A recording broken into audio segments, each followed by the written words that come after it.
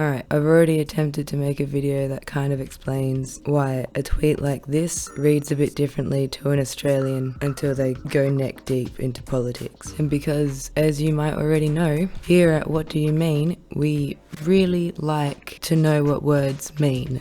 And so yeah, hopefully we work out why the Australian political party names look a little out of whack in comparison with American terminology, the names of the UK political parties and the names of the political parties in Canada, which is what I believe Friendly Geordies are talking about that led to this. For some reason, the Conservative Party here are called the Liberals. I don't know why. The only explanation I can possibly muster is that we're opposite land, which means that we're not opposite land, because I said it and I am in opposite land. Ooh, topsy-turvy. Alright, first of all, a little disclaimer, just because I don't want to hear it from anybody, because I know that there are parties much further left or right from these other ones. We're obviously doing the two major parties in comparison to each other, ideally. Alright, let's do this. It's very easy to see why a party called the Conservatives would be on your right, because even just the word means adverse to change or innovation and holding of traditional values,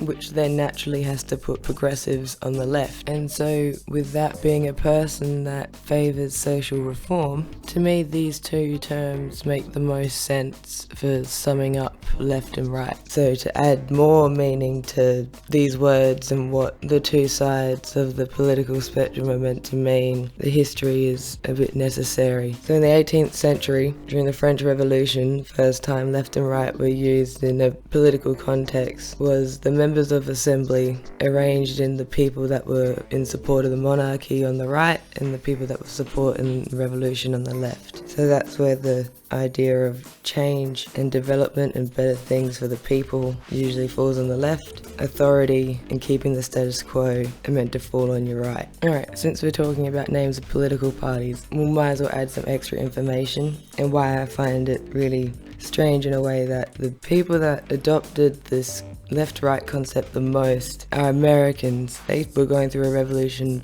first that kind of helped inspire the French Revolution. And their first two political parties was the Federalist Party with Alexander Hamilton, who still seemed buddy-buddy with the monarchy in England, and they feared that he would make a federal government that held too much power. So then Thomas Jefferson made the Democratic Republican Party, which makes sense because they supported the French Revolution. This word came from France around about the same era. And little footnote, I believe American founding fathers didn't intend for there to be such partisan politics. It's mainly from disagreements on the Constitution and a lot of disagreements on slaves. Slave ownership has a lot to do with history and politics, and let's keep that in mind. So I just find it interesting that the country that adopted the left and right concept the most had their own revolution before the French Revolution, which kind of inspired the French Revolution in a way. And their two major parties, their names were first used together for one political party, and the words don't have any obvious attachment to left or right ideology, if you feel me. With Republican from the word republic coming from the same era as the French Revolution, and Democrats coming from democracy, which is a much older word, Greek democracy. And yeah, this is all just to build my argument about the names of political parties. So first, Americans really essentially make the least amount of sense, and they're the ones that go for this left-right business the hardest. Just saying.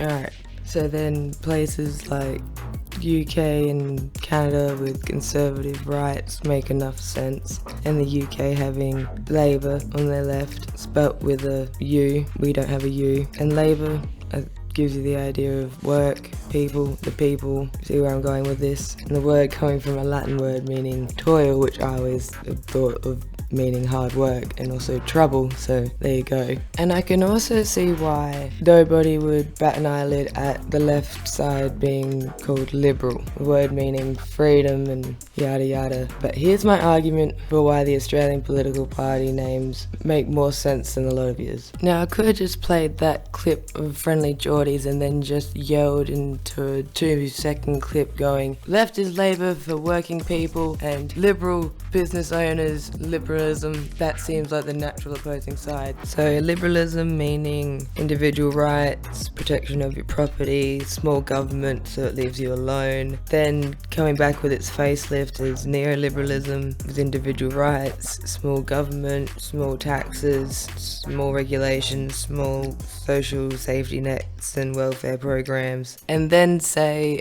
whose names don't make sense now, Canada.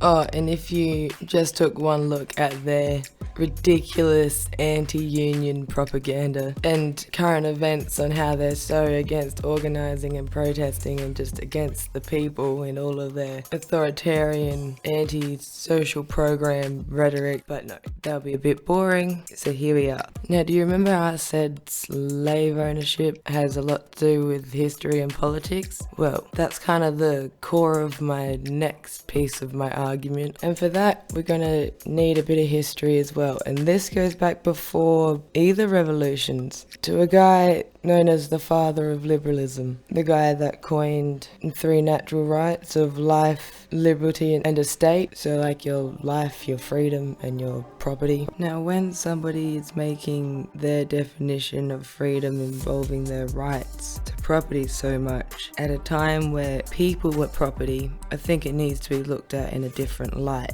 Now whether after seeing what slavery was and what it did to people, whether that inspired his harsh words on it, I don't know. I don't know the timeline on it, but I think the argument can be made that he said such harsh words about it, and in any light you could argue the hypocrisy, but you also should argue the racism, because who's to say this guy didn't very well think slavery was vile if he saw it happen to somebody that looks like him, but he's fine with it when it happens to someone from Africa. That's why he got paid in shares to the Royal Africa Company, which took chained slaves to plantations. There's also the guy that kind of worded things in a way where if people are living on a land and they're just living off of the animals and they're not farming anything, they don't really own the land. Now I wonder how many places that could have had a bit of an impact on. I'm sure that sort of wording only helped encourage a couple of genocides. So I get it with just the meaning of the words. Your liberal left makes enough sense, but with the history of where it all comes from, the way Australia has it makes fine sense to me. Whether the name's conservative or even liberal, for your party that's gonna accumulate your religious church folk and business owners, for all the obvious hypocrisies, there's just as many good partnership deals where they both want small government so it leaves them alone so they can do what they want, because they're both kind of institutions that historically have been big on hierarchy, discrimination and abuse, and then just the church mainly going for social reforms. That's why you get your against gay marriage and abortion and such, and then your big business just wants your deregulation so they can pollute your air and everything. So regardless of the word of the name, it makes sense that it draws in the people with the ideology that it does. So that's my theory behind why the name of the Australian political party that came about in 1944 is the way it is. And it makes sense that the first party we had was called Labor, because even if you go back and watch this, what would seem to be a random video about why things glow in the dark, it goes on to explain a labour dispute which came from a product that made stuff glow in the dark, which was discovered in 1902, the same year as labour becoming a thing. So yeah, check out that video, like this video, subscribe to the channel and become a patron, and have a good one. Thank you.